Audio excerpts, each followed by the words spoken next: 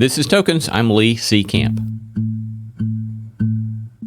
There's no official moratorium on doubt in religion. Doubt itself, when transformed by curiosity and joy and exploration, becomes something more akin to wonder. That's singer-songwriter Audrey Assad. I've had to do a lot of recovering and reclaiming of things, even the things I'm learning now. Audrey has been a frequent musical guest here at Token Show. On today's show, we share a conversation Audrey and I had at Nashville's Sound Emporium, discussing some of the subjects she explores in her upcoming memoir, Doubt Becomes Wonder, Embracing the Loss of Everything You Thought You Knew. It chronicles her experience with faith and doubt and the processes of healing from various wounds, whether religious or cultural. If what I've been taught is true, that God shows himself to people who want to see, well, I do want to see. So I just decided it was better to risk it and figure things out a little bit. All this, as well as 2 live performances from Audrey and yours truly, coming right up.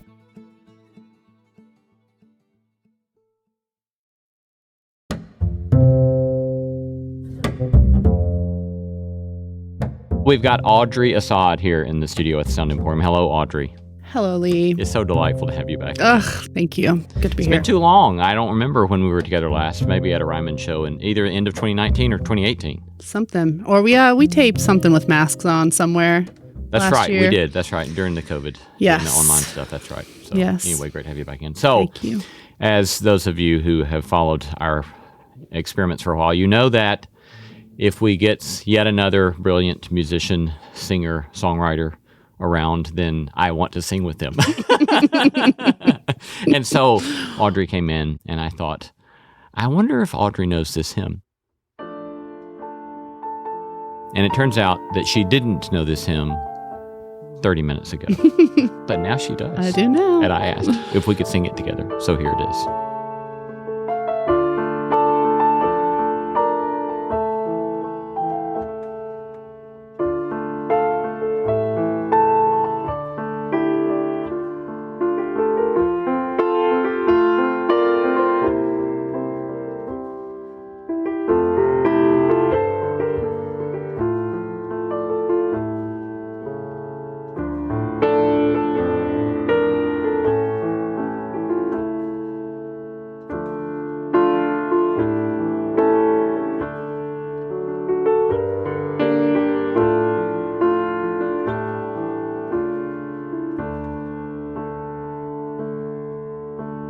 Flee as a bird to your mountain, thou who art weary of sin.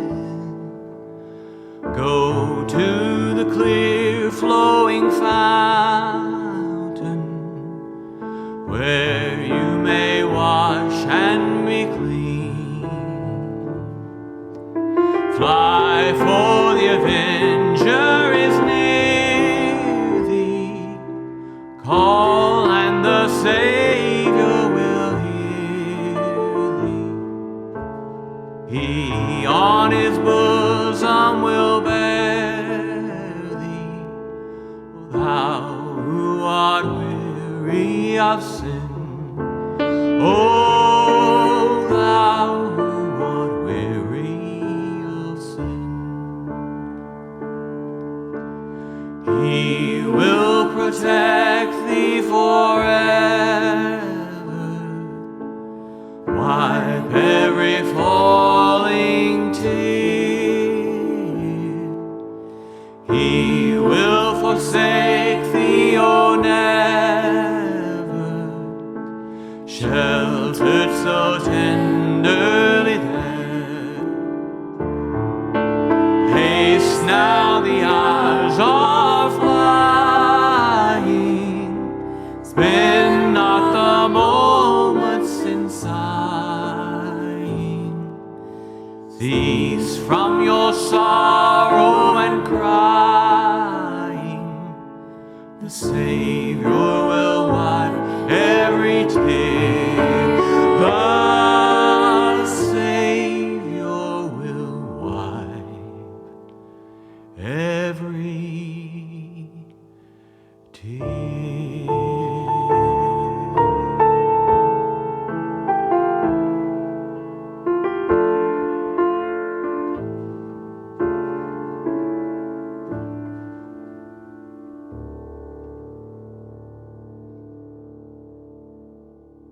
song is special to me because when I was in grad school in South Bend, our house was literally next door to the church. And I was on staff of this church and did youth ministry for a couple of years. And it was both a wonderful church community and a crazy church community. We had some really crazy, difficult things happen, including like a murder-suicide in the church.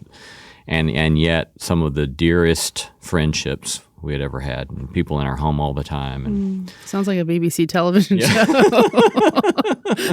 Yeah, I mean, that's what it was like, so it was the beauty and tragedy. And then doing grad school in theology also for me was tumultuous, marked by both the beauty and the pain of it, because you're doing this kind of rarefied, theological conversations while also, before I started that program, one of the professors who's now dean at Yale Divinity School, at the time was at Notre Dame, he had coffee with me before I started the program, and he said, well, you should know that whatever character defects you have, you will be so distressed by the experience of grad school that you will have to learn to deal with them, because it will be like a crucible by which you have to learn to deal with them. And he was exactly right. And so I remember these occasions where I would go up to the church building, like I said, next door to our house, and I would be in these places of kind of mental distress, and I would sit alone and I would sing that hymn by myself. So I've always loved that hymn, so I feel honored that you would play it and sing it with me. But I think the reason that I thought about that hymn and that story and knowing that we were going to get to talk is that knowing some about your story, and I don't want to put words in your mouth or reduce it in any sort of way, but at least I've seen these elements of you're kind of, in certain ways, obviously coming from, nourished by, sustained by the Christian tradition, while at the same time struggling with, frustrated with, knowing what you can and cannot hold on to from the Christian tradition. And so in that vein, and knowing that you've been working on a memoir that's coming out, next year maybe? Yeah, in about a year from now. Yeah. Do you have a title yet? Yeah, it's called Doubt Becomes Wonder, Embracing the Loss of Everything You Thought You Knew. That's the tagline. It's a beautiful title. Thank you. It's from a song of mine, actually. Oh, really? Yes, called Evergreen. And as I had written the first draft of the manuscript, I thought, boy, that feels like what I'm trying to say. Not that I'm going from doubt to wonder, but that doubt itself, when transformed by curiosity and joy and exploration, becomes something more akin to wonder than it feels like. The word doubt sort of conjures up images of angst, frustration, skepticism maybe. And I've been to all those places, but I've sort of moved inside them to a more curious and open space. Doubt becomes wonder. That's lovely. And I relate to some of what you just said in that I remember in my seminary years, before the South Bend years, in learning about modernity and the Enlightenment, one of the philosophical models they talk about in epistemology is philosophical foundationalism. And so the idea being that in order to make any truth claims, you've got to find some foundation that, quote, all rational people agree on. And you build this foundation, and then you can build up your ethic or build up your doctrinal system, And that makes sense. I get that. But I remember a crisis moment for me in the seminary years was I remember being in this little prayer meditation space and being in one of those periods of doubt and finally saying, I can't damn well know I know anything that I know, And so then it was a sort of like, well, if I can't absolutely know anything, then I can't make any kind of claims and everything's up in the air. That resonates. I've been there. I get there all the time still. I'm like, even the things I'm learning now, it's just my experience. At the end of the day, I can't really know anything. Yeah. So I want to explore that a little bit more in a moment, but let me go back to the notion of it as you look back. What are things that you've experience that you still think of as nourishing in some way? Oh, man. Well, so let me start with that. I think the number one experience of Christianity that I still both feel fondly about in retrospect and miss today in my daily life is corporate singing. I think it's the most spiritually, biologically wise practice of faith traditions, probably above anything else, just on my limited understanding of what it does for the psyche, for the body, and for the group. It's a really fantastic healing mechanism to sing in a group with people, to blend in, to harmonize, to hear voices lifted in song about things that are bigger than we are. And there's also these biological realities at play where, you know, when you get onto, and this can happen with any kind of music. So it happens at Token Show all the time, I think, with the house band being as able to drop into flow state as they are. When you get into flow state with a group of people, there's a phenomenon called collective effervescence that takes place. And this can be induced in other ways other than music, like dancing, which is why I think in many, many indigenous traditions of faith, you see dancing and music as the sort of cornerstones of practice. And when you get into that state with people, you get into sort of a sympathetic, meaning a shared nervous system state. It's very soothing to the body, to the mind. Your heartbeats start actually syncing up with people, given enough time. And so there's something very real happening there in the body that I think is reflected in a state of mind that can happen after singing. It's very soothing and I think physically healing, it's shown. And so like in my work years ago with dementia patients, I used to do music just as a volunteer at a nursing home. And it's amazing what people cannot tell you things or communicate how they're feeling. But if you play something that they know, it lights their brain up and they're able to communicate with you with their eyes and sing words, even if they're not talking. I'm such a believer in the power of that. My experience of it has been very nourishing, and I still miss that. I grew up in a hymn singing tradition, and I miss y'all were a cappella that. tradition. We were, Yeah, my tradition was as well. Yeah, I miss that a lot. I found that to be very nourishing. Yeah. Some of my fondest memories of growing up are precisely that very same thing, both in kind of more formal worship gatherings, but also that was one of the things that we would do sometimes on a Friday night. Yeah, my family was similar. Yeah. Just friends, family. A lot of singing. Yeah. In my upbringing, and I really miss that. But what's the phrase again you just said? What effervescence? Collective effervescence. Collective effervescence. Yeah. What's a resource on that? I mean, there's a couple papers out there on it. You can just Google collective effervescence. Yeah, I want to check that out. I've had this notion about exploring something like that for a while. So I'm grateful for the phrase.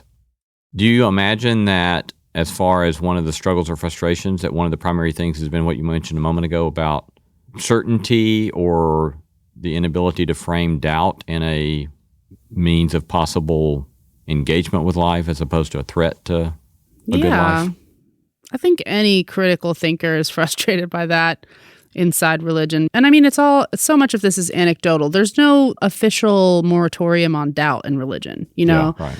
I mean, other than maybe in the book of James where it says like the man who doubts is like what does it say? Wave the sea. Yes. And, So there's that, and that does get weaponized against it. But what I remember hearing a lot from people was there's good doubt and then there's bad doubt. It's sort of like good doubt is just double checking. It's like, I just want to be sure that I'm really using my mind here and I'm not being swept away by my emotions, right?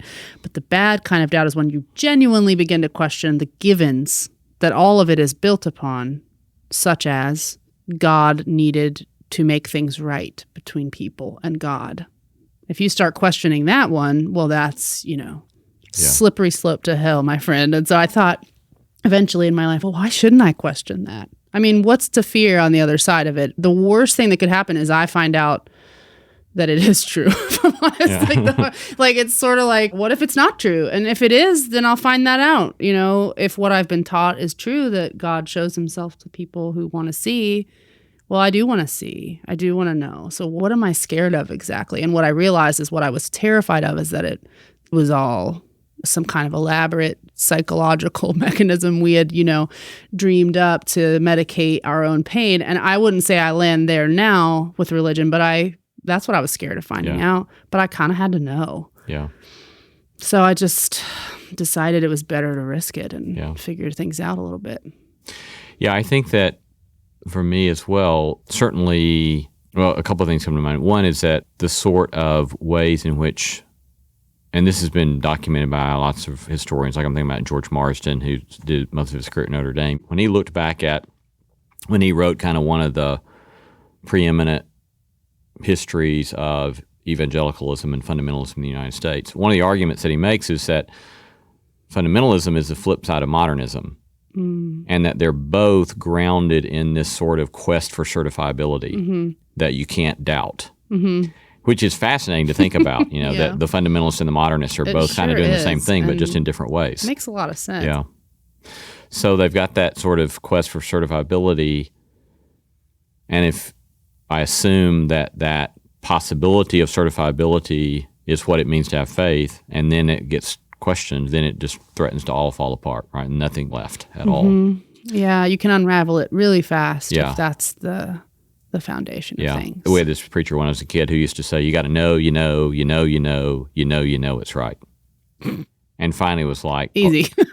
Right. No, and so then it was like, well, hell, that you've set me up for failure. Yeah, I can't do that. Right, because I can't do that with anything. No, you can't do that with anything. Right. And so then it becomes a sort of different sort of way of construing what might be true and trustworthy. Yes, and you have whole communities of people who are basically working at all times, maybe in the background of their rational consciousness, to convince themselves that everything that they believe is the absolute truth. And then it's difficult to unentrench people from that, because if they're wrong, their whole system is going to fall apart, which is terrifying for us, right? So we act in ways in the world based on that fear, that defensiveness, hurt people, attacking and so forth, So going back to that kind of foundationalist, that metaphor of a foundation, I'm drawing a blank on who the philosopher is at the moment, but he suggested that a more helpful analogy for thinking about convictions was not the building metaphor of a foundation, but the metaphor of a net or a web. And he said, consider a conviction as something that's held up in a web, and each strand that holds up that conviction might be some various thing. It might be because your mother told you, might be because your church told you, might be because you read it in the Bible, might be because you read it in a philosophical treatise, might be because you had this experience. And all of those things might be holding up a conviction. And typically our convictions don't fall of just one of those. If it's a substantive conviction, it doesn't just fall just like that. It takes a lot of things to happen to cut those different threads, and then finally the conviction may fall. Isn't that a great analogy? That's a great analogy. Yeah. And it is interesting how some things do fall and some things don't. As you quote unquote deconstruct stuff, there are things that still stand. I'm still not killing anybody. Yeah. I'm still not. There are things that I believe, or at least that I experience and trust to be true is such a hard word, but maybe worthy of faith. Worthy of holding on to. Right. Not everything disappears, but it's amazing how much does sometimes when you allow those threads to be cut. That's very interesting. You're listening to Token Show, Public Theology, Human Flourishing, and the Good Life. We're most grateful to have you joining us. If you've not yet done so, please subscribe today to the Tokens podcast wherever you get your podcasts. We've noticed on our analytics that we've had folks listening recently from Vatican City, Colombia, and Norway. Welcome to you all. We do love hearing from you all and are always pleased to hear some of the things you'd like to hear more about. You can email us at podcast@tokensshow.com. Also, remember you can sign up for our email list or find out how to join us for a live event, all at tokenshow.com. This is our interview with Audrey Assad, singer-songwriter and author of a soon-to-be-released memoir entitled Doubt Becomes Wonder. Coming up, we'll hear more from Audrey about some of her specific points of deconstruction, as well as a live performance of her song Evergreen from Nashville's Sound Emporium.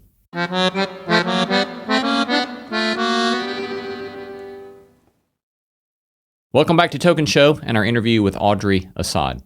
For me, in that process, I look back on my life and I think it was pretty much in my undergraduate years and my seminary years where a lot of the intellectual deconstruction and then trying to reconstruct some of those things began to happen. And so I had really good professors that put me to really good resources that helped me not be afraid of the deconstruction and help me with the reconstruction that I'm really thankful for. That doesn't mean that I didn't have other subsequent moments of ready to throw everything out, throw out the baby with the bathwater, so to speak. So that was kind of the intellectual processing. But I was surprised to discover that a lot of the stuff emotionally didn't get deconstructed because I wasn't aware of how deeply it was in me emotionally, shame in particular, until I was maybe late 30s, early 40s, and then even later in my later 40s. But do you relate to that kind of duality of processing? Very much so. You know, there's a great book, maybe you've heard of it, called The Body Keeps the Score by Bessel van der Kolk.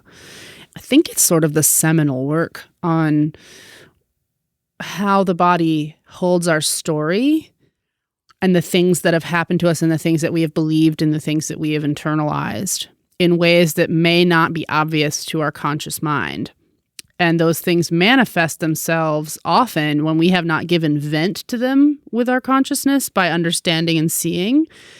And so there's a word I'm looking for. It's almost like skiing, like where if I think of one arm as my rational mind and the other as my body, they're working at different paces at different times.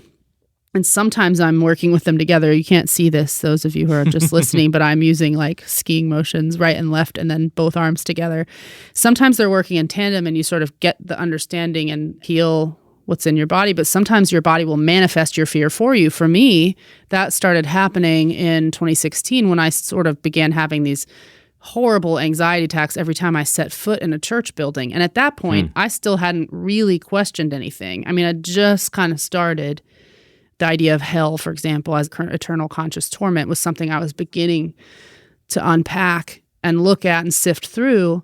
And then I started having these panic attacks and then physical tics in my hands. And what I came to realize through a trauma therapist I ended up working with was that that was my body sort of giving me an alarm that things were not emotionally okay around these topics and that I needed to do some excavation and some healing.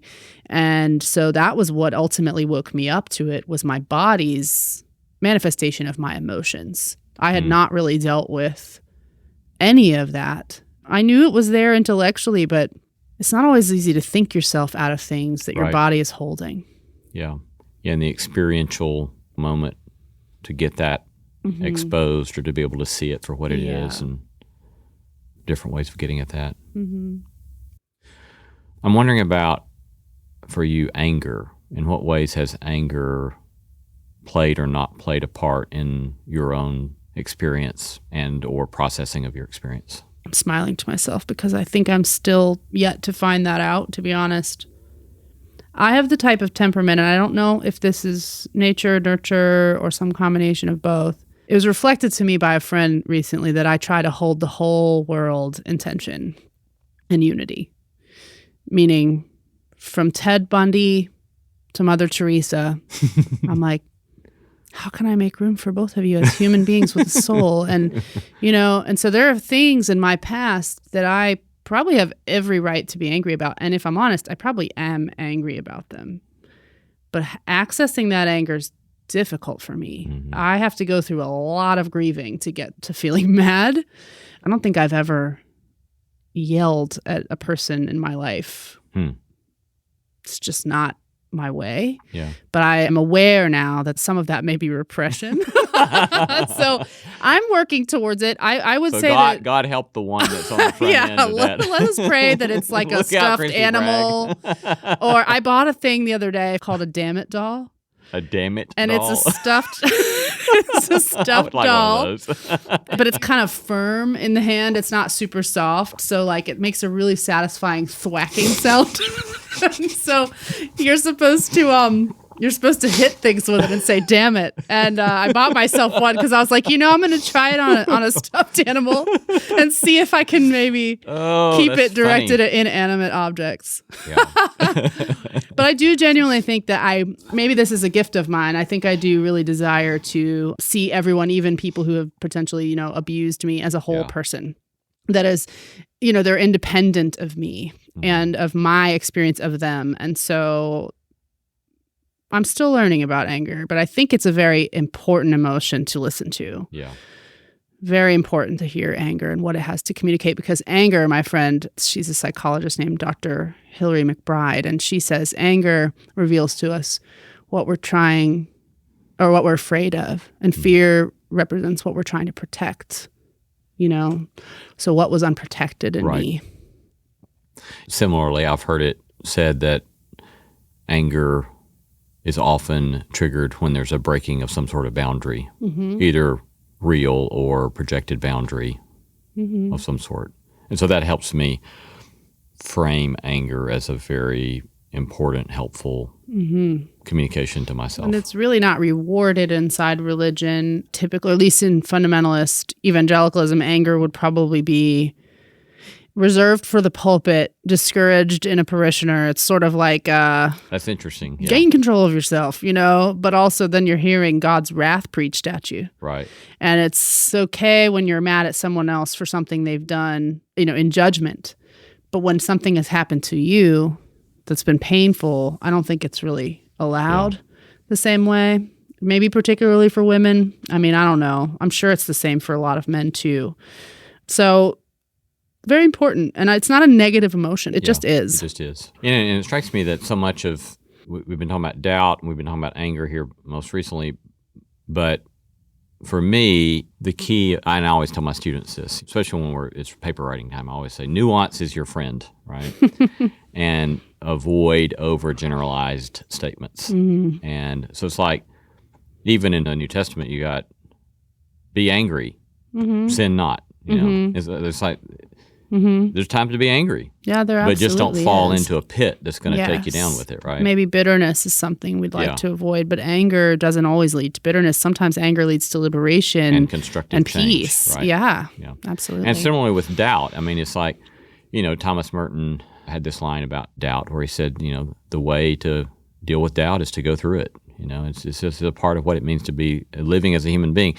I've often said that I generally find that people who have been through periods of doubt have reflected upon the nature of what they're seeking to live by in a way that those who have not been through periods of doubt perhaps have not. Absolutely. And I feel that way. I also feel that people who have questioned the nature of reality and who are at peace with whatever they have found or not found are people that I trust. Yeah. If someone has really never questioned the nature of reality, it's not that I don't love or trust them, but more so that there might be a threshold of trust that I don't easily reach with that person for them to advise me on life and life's existential dreads. It's sort of like questioning the nature of reality is a part of having your eyes open, I think. And so that could be framed as doubt, I suppose. I mean, I think it relates to, I much more quickly find rapport with someone who is able to share with me their own places of brokenness or ways they've screwed up. Yes. And I think the vulnerability in that then invites vulnerability in return. Yeah. And there's similarly vulnerability with in doubt. all of those things. Yeah. Actually, to doubt, to question the nature of reality, to confess your own brokenness, all of those things are very vulnerable things. Yeah, that's right. So what has the process of writing been like for you? I guess the question I've got in the back of my mind, again, not wanting to put words in your mouth, but sometimes and a lot of times I experience writing, especially if I'm reflecting upon a memoirish kind of stuff. It's very much as a sort of spiritual discipline where I end up seeing things I didn't see or might not see otherwise. And Augustine has this line where he says, I write in order to understand. And I think that when we're doing writing about ourselves, or when I write about myself, I can discover certain frames or a new narrative framework to make sense of things that I didn't see unless I did the act of writing. Has that been your experience at all? Very much so, much like songwriting. I mean, Yeah. I've been a songwriter for a long time, but I've actually written essays and short stories for longer than I've been a songwriter. And I think I've always written to understand. I mean, that's how I survived my childhood, was to sing, play, write in order to feel my own resilience, in order to find compassion for others, in order to attempt to heal my tormented relationship with a God that I believed was sort of a glorified Santa Claus checking his list at best, at kindest. And so, yes, my experience of writing this book has been like that. Yeah. And I also see why authors often get driven to the drink, because it's sort of like, I'm in an airport lounge drinking my second double mezcal, pulling my hair out. I don't want to write about purity culture. I don't want to know more about it. I don't want to think about it anymore. But it's like, it's been a very fruitful, life-giving experience to examine those stories with that type of lens. Yeah. So a moment ago you said, in talking about anger, suspicion of maybe this is different for men than it is for women, which prompts me to talk to us a little bit about the last decade or so of what you're seeing about or coming to understand about being a woman. Okay. I know that's way too broad of a question. In 3 minutes. I guess I want to see what you do with that question. Give us the rundown on being a woman today. Because clearly in the church. Clearly that relates to the Christian tradition, right? Right. Christian tradition struggling with it, but it's not just the Christian tradition; it's the American tradition. Right. Yes, but arguably that's also the Christian tradition. At least it's sort of related. Like they've bled into each other a little bit. I think that. I've questioned the nature of everything, including gender essentialism over the years. I've dived into feminism and the different waves of feminism to understand them a little bit more and what they do and don't believe about gender and sex and how they're related. And, that was something I was taught never to question. It's sort of like, here's the body part, that's the gender, here are the things that go with it, both aesthetically and, spiritually, meaning virtues were assigned to the genders differently. I don't know if that was your experience, but that was my experience. That was like, definitely my experience. Women need to be meek. In my tradition, it was total silence, in any spiritual environment, meaning no reading scripture out loud, no praying out loud, no singing in front of the church as a woman. So there were very strict rules around that. So, of course, I started to question it because they were so extreme that I couldn't help it, with my mind being so curious. Actually, Benny and I were laughing about comparing, one-upping each other on. and I said, well, we had this episode in one church I was in where we had a deaf ministry, and the woman was interpreting for the deaf, and finally she was told that she could no longer interpret for the deaf because that was a form of speaking before men. There's so many things inside that I don't have time to get into about all kinds of issues. But it resonates, I think that questioning the nature of all those things is important because there are so many people in my own life even who live in between those worlds in various ways, in between those directives. I'm one of those people. To look at me now, people who follow me on Instagram or have seen me in person know that I don't really exhibit femininity in a traditional sense in certain ways, and it feels more natural to me to sort of blend. I don't know if I go full androgynous, but it's very inspired by people like David Bowie because he played with those things so whimsically. It invited me into a conversation about, maybe being a girl doesn't mean XYZ automatically. Yeah. And I think that's valuable conversation, really healing conversation for a lot of people. And you don't have to go very far into exploring that to realize there's all sorts of socially relative identification with regard to arbitrary stuff with regard to gender, right? I dropped my son off at pre-K when he was in pre-K in person a few years ago and noticed that they started immediately with the blue and pink pencil cases, It's like, that's totally arbitrary. Color's just a frequency that we're interpreting with the cones and rods in our eyes. There's nothing essential about it. One of our most popular podcast episodes in our first season was with Lawrence Meltzer-White, giving us a kind of a crash course on the history of feminism. And she said at some point in that interview something like, well, that 150 years ago, the men were wearing high heels and Yes, wigs they were. and pink. And I pink said, satin. No, I don't know that. They were. Read The Scarlet Pimpernel. It's a great book, great movie as well. But yes, that was the fashion of the time. Yeah. It just evolves with culture, as always. And so, to answer your question, my experience of being a woman as a Christian was damaging in most ways. Growing up, I did not have an experience of that affirmed or uplifted my gender. I've had to do a lot of recovering from that experience and reclaiming of things. And even just as a Catholic, when I was, heavily in that world, Mary being held up as the paragon of virtue. Well, Mary is considered by the Catholics to have never had sex. Her labor was probably painless, according to Catholic tradition. It left me feeling like I have to be a disembodied half person to be like the most virtuous woman there was. And I know a lot of people will feel offended by that perspective on it, but that's how I felt, sort of hearing her lifted up as the example, the primary example of virtue and goodness. It was like, but she didn't go through, according to tradition, go through the things that make us feel human. You don't have to have sex to be a human being, of course, but that it was considered heresy to believe she did have sex, ever in her life was so strange to me and disembodying. And yeah, I'm ready to live in my body like a real hands in the dirt human being. And I'm kind of willing to take some risks of perhaps stepping over a line here or there to do so, because what I know is that I lived for so long on tenterhooks and biting my nails at every possible misstep that I didn't experience most of my life in embodied reality. So it's got to be another way, right? Yeah. Without becoming a total, I don't even know if there's anything wrong with hedonism. It's just, I don't know if that's what I want to do, but I want to be real. I want to be salty and I want to live in this body. Yeah.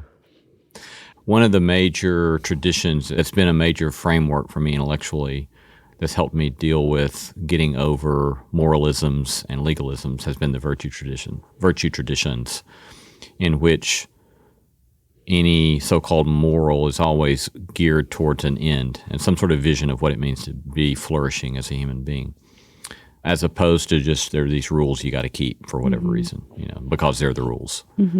And virtue tradition, typically any virtue, let's say courage, is a mean, not an arithmetic mean, but it's between two vices. There's cowardice, that doesn't have enough of it, or there's foolhardiness that doesn't pay enough attention to fear. So the cowardice pays too much attention to the fear and gets paralyzed, and the foolhardiness refuses to pay attention to fear. I love that. Isn't that great? Yes. And I think that that's so helpful in thinking about as well my own kind of periods of growth. It's like if I've been pushed by a tradition so far down into one of those vices, then it's almost like part of growing is you're probably going to make mistakes on the other side of the virtue. And in time, you want to come back to the space there that is the mean, right? Yeah. But sometimes, like for me, for example, when I realized that I was conflict averse, that meant that sometimes I was a jackass by the way I started talking to people in dealing with conflict. But I could see, okay, well, I hadn't got to where I want to get to yet, because I want to figure out how to deal with conflict in a way that's not me being a jackass. Yeah. But that me acting that way sometimes was actually a step forward because it meant I was willing to lean into the direction I need to lean into. Absolutely. I love that. And it's part of the healing when you grew up with the idea of a God who would smite you, for any infraction of the rules. Who was the great divine legalist. Yes. And so when you begin to experience mistakes and recovery and repair, you begin to be a whole human being. Yeah. And God never smote me so far. Yeah. Well, and and the very word that we translate in English, sin, is this Greek word hamartia, which is grounded in virtue tradition, because hamartia was a word for archery, which was hitting the target, right? So you can miss the target in all sorts of ways, but it wasn't a legalistic idea of you break the rule and so you get it. And even in Greco-Roman literature, non-Jewish, non-Christian Greco-Roman literature, the hamartia of a character was what finally could kill him. I see. Right? It's like, if you keep falling into this, then this is going to take you down. That's your hamartia. So again, it's a very embodied, practical, this stuff can kill you. And this way you can live a life that's flourishing. And of course, then there's ongoing questions about how you narrate those or give account for those and so forth. But Wow. I find that a much better way to try to make sense of the world and reality than I've got to satisfy some divine being because I've been given this list of rules, and if I don't keep them, then A little more explorative, a little less obsessive, maybe. yeah. I love that. In between cowardice and imprudence, somewhere there lies the promised land. Yeah. maybe. Well, it's always a delight to be with you. Thank you. Same. I'm grateful for you and grateful for your honesty and your gentleness and the way you keep asking good questions and your own vulnerability, and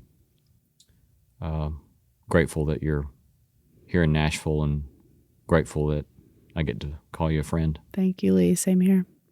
You've been listening to our interview with Audrey Assad, taped at the Sound Emporium in Nashville, Tennessee, discussing her new memoir, Doubt Becomes Wonder.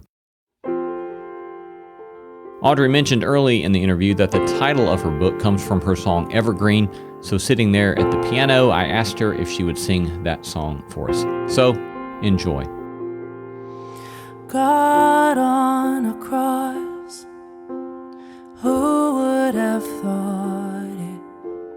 This place looks nothing like Eden, but there is no death here in the ruins. This is the land of the breathing. Out past the fear, doubt becomes wonder. Doubt becomes wonder. The rivers appear, and I'm going under. I'm going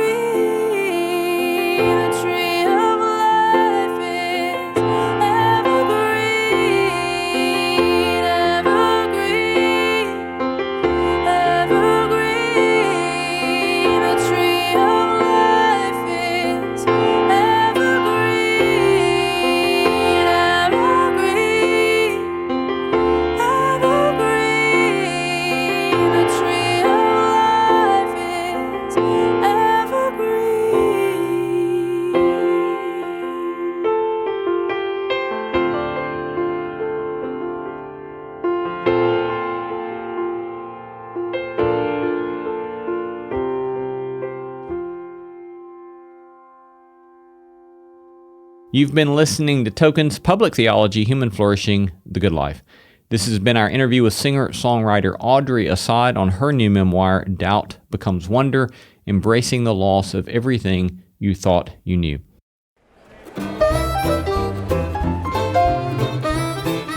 Please remember to subscribe wherever you get your podcasts and refer us to a fellow podcast listener. Got feedback? We'd love to hear from you. Email us text or attach a voice memo. We especially like those. And send it to the address podcast@tokensshow.com. Our thanks to all the stellar team that makes this podcast possible. Executive producer and manager Christy Bragg of Bragg Management. Co-producer Jacob Lewis of Great Feeling Studios. Associate producers Ashley Bain, Leslie Thompson, and Tom Anderson. Engineer Carrie Harmon with additional engineering by Joe Tridacosti at Nashville's Sound Emporium. Music beds by Zach and Maggie White. And our live event production team at Stonebrook Media led by Phil Barnett. Thanks for listening, and peace be unto thee. The Tokens Podcast is a production of Tokens Media, LLC, and Great Feeling Studios.